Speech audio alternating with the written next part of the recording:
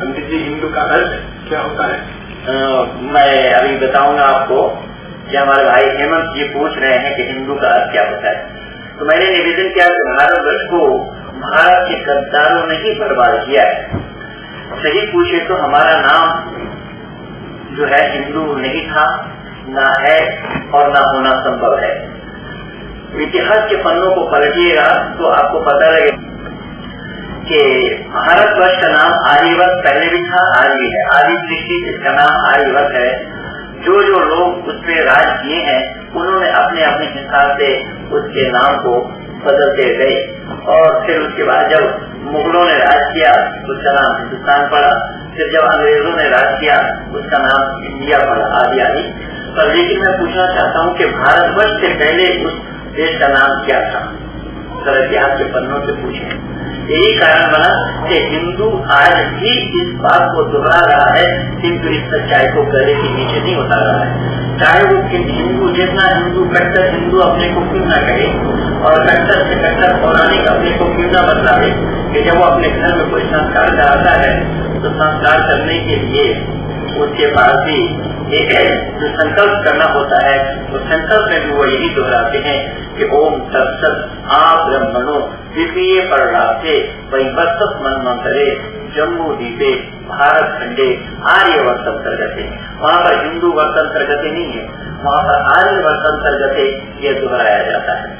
तो उस देश का नाम आर्यवर्त था। यही कारण बना कि हमारे भारतवर्ष के राष्ट्रीय कवि माइकलेश्वरण गुप्त को भी लिखना पड़ा, क्या थे क्या हो गए और क्या होंगे अभी, आओ बैठ कर विचारे ये समझ पाए सभी। और विचार करने के लिए लोगों के पास समय नहीं है। लोगों के पास जब समय नहीं तो विचार कौन करे भला? इसलिए आइए भाई हेमंत जी ने एक सुंदर सवाल पूछा है। इन सवालों का जवाब मैं दे रहा हूँ कि आखिर हिंदू कौन है, हमारा नाम हिंदू कैसे पड़ा, कब से पड़ा?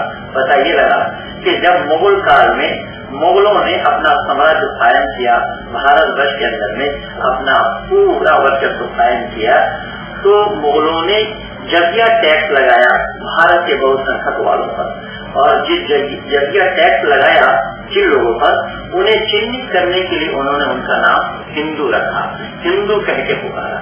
तो हिंदू नाम मुसलमानों का दिया हुआ नाम है, इसलिए मुसलमानों ने ये भी अपने हिसाब से किया। आप हिंदू के अर्थ को फारसी शब्दकोश में, अरबी शब्दकोश में या उर्दू शब्दकोश में ढूंढेंगे तो आपको हिंदू के इतने ही अर्थ मिलेंगे। हिंदू माने चोर, लुच्चा, लफंगा, शराबी, कबाबी, दगाबाज, बदमाश, काला, काफिर, कितने अर्थ हैं हिंदू के। ये मैं शब्दकोश का भी नाम बता देता हूँ, डिक्शनरी का भी नाम बता देता हूँ। गयातुल लुगात फारसी के शब्दकोश है, उसमें देख लेना। करीमुल लुगात अरबी के शब्दकोश है, उसमें हिंदू के अर्थ को ढूंढ लेना। लुगात फिरोजी और फिरोजुल लुगात ये उर्दू के शब्दकोश है, उसमें ढूंढ लेना। अच्छा, मैं अगर इसको छोड़ भी देता हूँ, उर्दू अरबी फारसी के शब्दकोश की अगर छोड़ भी दूँ, तो विश्व के आनंद में जो विश्वकोश के नाम से, इंसाइक्लोपीडिया ब्रिटानिका के नाम से जो ग्रंथ है, जो विश्वकोश जिसको कहा जाता है, उस विश्वकोश में अगर आप हिंदू के अर्थ हैं तो आपको यही अर्थ मिलेगा। वहाँ हिंदू शब्द का इतना ही अर्थ है, चोर, लुच्चा, लफंगा, शराबी, कबाबी, लगावाज, बदमाश, काला, काफिर, यानी जहाँ जितना हो सके खराब से खराब अर्थ लिया जा सके। तो मुगलों ने जब आपका नाम हिंदू रखा और हिंदू रखने से आपने उसे स्वीकार किया है, लेकिन कोई हमें चोर कहे, हमारे पूर्वजों को चोर कहे, हमारे अपने लोगों को चोर कहे, तो भला ये कैसे संभव है? हमने इस पर ध्यान नहीं दिया। फिर भी ये हिंदुओं ने, इनकी अकलमंदी देखी, फिर भी ये हिंदुओं ने इस बुद्धि के मारे, यानी अकल के दुश्मन लोग जिसे कैसे स्वीकार करते हैं, उसको नकारने के बजाय स्वीकार करते हुए अपना अटकल लगाना लगे। ऐसा अटकल लगाया तो कुछ लोगों की मान्यता है कि हिंदू वो है जो सिंधु नदी के तट पर जो लोग रहते थे, क्योंकि मुसलमानों ने उनको हिंदू नहीं कह पाए, वो सिंधु नहीं कह पाए, हिंदू कहे। जैसा कि 7 दिन को हम सप्ताह बोलते हैं, मुसलमान उसको हफ्ता कहते हैं, इसलिए इन हिंदुओं ने, अकल के दुश्मनों ने सोचा कि वहाँ पर था नहीं है, था का था बन जाता है। सिंधु से हिंदू बन गया। लेकिन मेरा तर्क ये है, मेरा कहना ये है कि अगर सिंधु नदी के तट पर रहते रहते सिंधु से हिंदू बन गए तो सिंध प्रांत को आज तक हिंद प्रांत क्यों नहीं कहा गया? सिंधु नदी को हिंदू नदी क्यों नहीं बोला गया?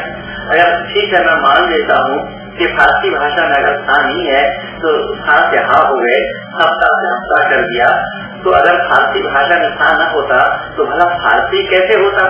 फार ही होना चाहिए था। जैसा सप्ताह का हफ्ता हुआ तो फारसी का फार ही होता, मुसलमान का मुहलमान होता, शेख हाजी का हे हाजी होता। ये सब परेशानी की बात है।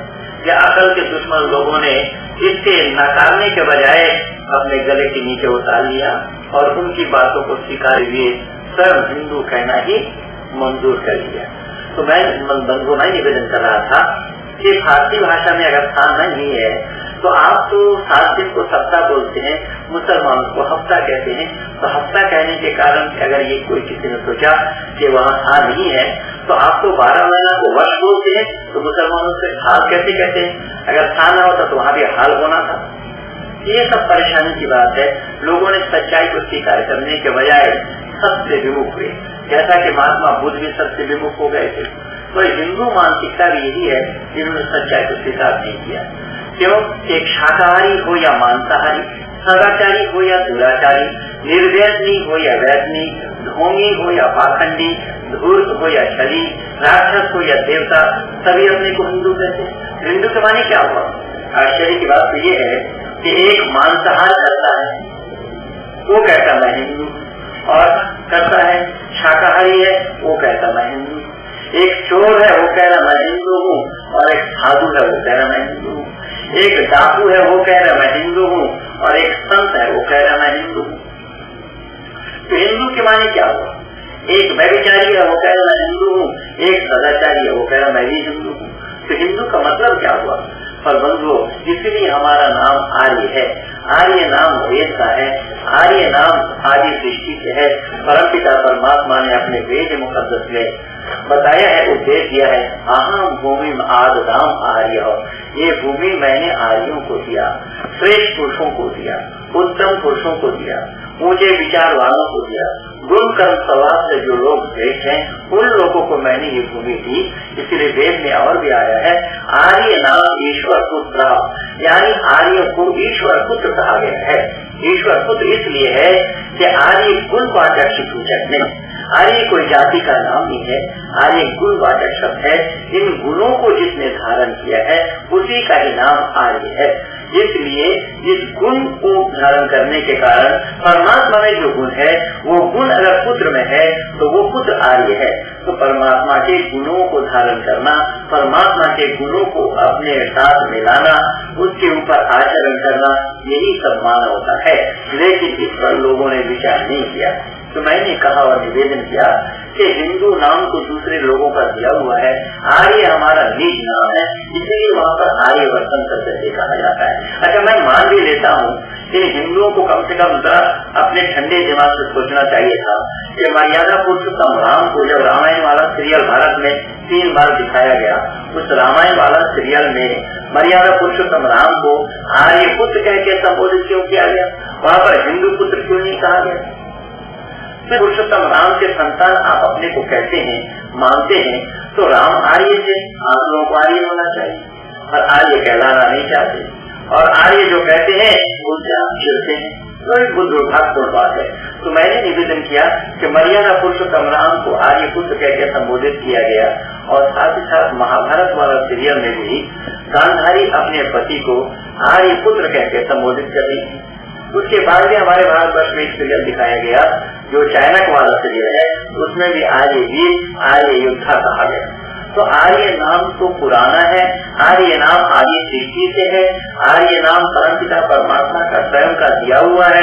इसीलिए अगर आपसे कोई ये पूछे कि आप कौन है, तो आप कहेंगे मैं हिंदू हूँ, तो फौरन आपसे फिर पूछा जाएगा कि कौन हिंदू, क्योंकि हिंदुओं में भी हिंदू होता है। अगर आपसे कोई पूछे कि आप कौन हैं, आप कहेंगे मैं आर्य हूँ, तो गलती से भी कोई ये पूछने की हिम्मत नहीं जुटा पाएंगे, क्योंकि आर्य होता एक ही है। तो गुण कर्म स्वभाव से जो श्रेष्ठ है उन्हीं का ही नाम आर्य।